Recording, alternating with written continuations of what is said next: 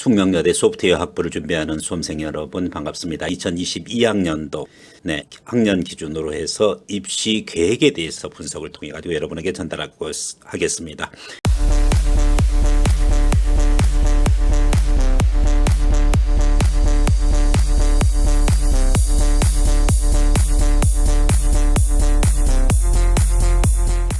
현재 2020년인 만큼 현 고2 기준으로 또 2021년인 경우에는 고3 기준으로 이 전형에 해당되는 만큼 여러분들이 소프트웨어 학부에 대해서 관심 있고 특히 숙명여대 소프트웨어 학부에 대해서 관심 있는 수험생들의 도움이 되었으면 하겠습니다. 저는 소프트웨어 플러스의 홍수용 원장입니다. 4차 산업 진로 캠프라든지 소프트웨어 관련되는 그와 같은 교육을 통해서 여러분들에게 미래 소프트웨어 인재가 되도록 양성하는 그와 같은 교육을 하고 있습니다. 자, 이제 그러면은 구체적으로 2022학년도 숙명여대 기준으로 해가지고 소프트웨어 학부에 대해서 분석 들어가도록 하겠습니다. 숙명여자대학교는 2022학년도 대학 입시 전형 시행 계획을 발표했습니다. 전체적으로 보다시피 수시 모집 비중이 줄어들고 정시가 늘어나는 그와 같은 정도 부분이 있는데 그렇지만은 전체 인원은 당연히 수시가 많죠.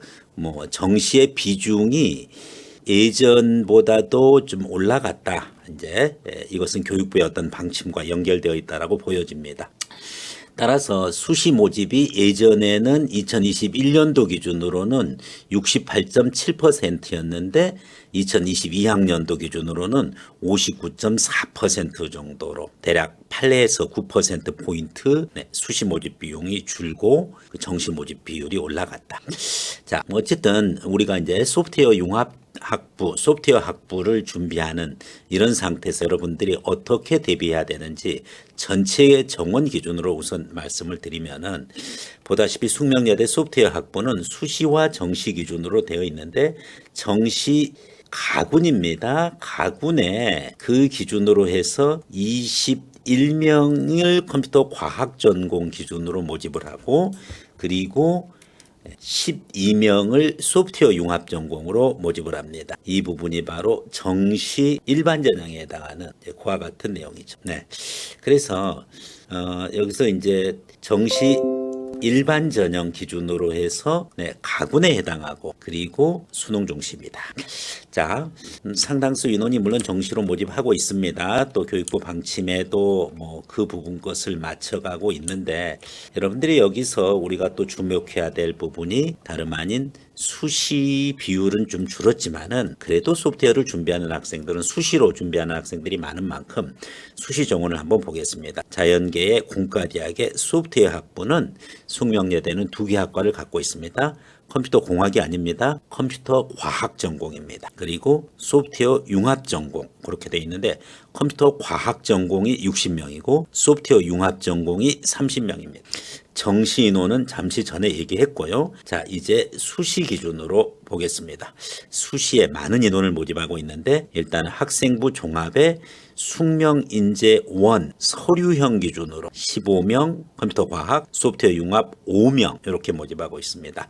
즉 학생부 종합 숙명인재 1 서류형 기준으로 해서 모집을 하고 있고 면접형 기준으로는 모집하고 있지 않습니다. 그리고 소프트웨어 융합 인재 전형 자체가 있죠. 소프트웨어 융합 인재 전형 자체로 컴공 7명 그리고 소프트웨어 융합 3명. 얼핏 보면은 소프트웨어 융합 인재라고 하기 때문에 특기자 전형, 즉 실기 전형 이 부분이죠. 실적 전형으로 보여지는 것 같지만은 학생부 종합 전형임에 분명합니다.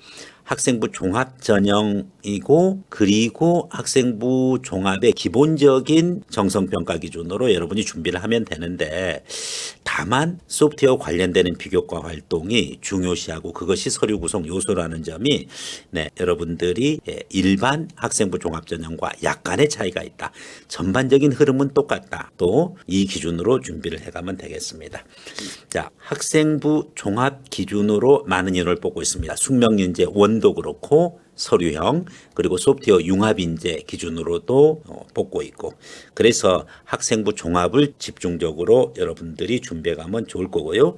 교과 내신이 아주 좋은 학생들이 있죠. 그 학생들은 본인이 우수한 학생부 교과 전형으로 9명 그리고 소프트웨어 4명 물론 논술 전형도 있습니다. 논술 컴퓨터 과학 6명 소프트웨어 융합 4명 네. 그 외에 고른 기회 전형, 농어촌이라든지 특성화고교 출신자 전형들이 컴퓨터 과학에서만 모집하고 있습니다. 소프트웨어 융합에서는 모집하고 있지 않고 있어요.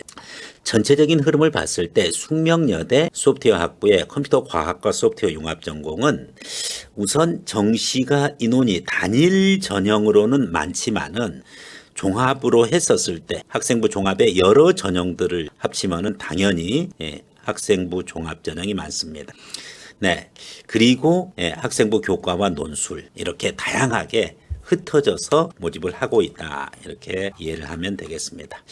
관련해서 여러분들이 어떤 전형 요소를 갖고 있느냐.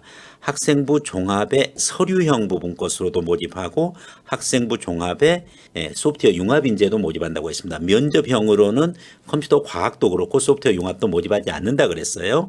학생부 종합에는 서류 100% 기준으로 해가지고서 보고 수능과는 무관합니다. 자, 학생부 종합의 소프트웨어 융합인재 부분 것은 다름 아닌 컴퓨터 과학 전공이랑 소프트웨어 융합 전공을 모집하는데 1단계 100%로 무려 4배수를 선발합니다. 4배수를 선발하고 그리고 2단계에서는 1단계 성적이 60%로 줄고 2단계에서 면접 40% 이렇게 반영됩니다. 2단계에서 면접 비중이 굉장히 높지만은 사실은 이 면접 비중은 예전에는 오히려 60%였어요. 좀 낮아진 게 40%니까 얼마나 면접을 강조하고 있는 것을 알 수가 있습니다. 자, 2021년도 대비 2022년도 변동사항에 그게 반영이 되어 있습니다.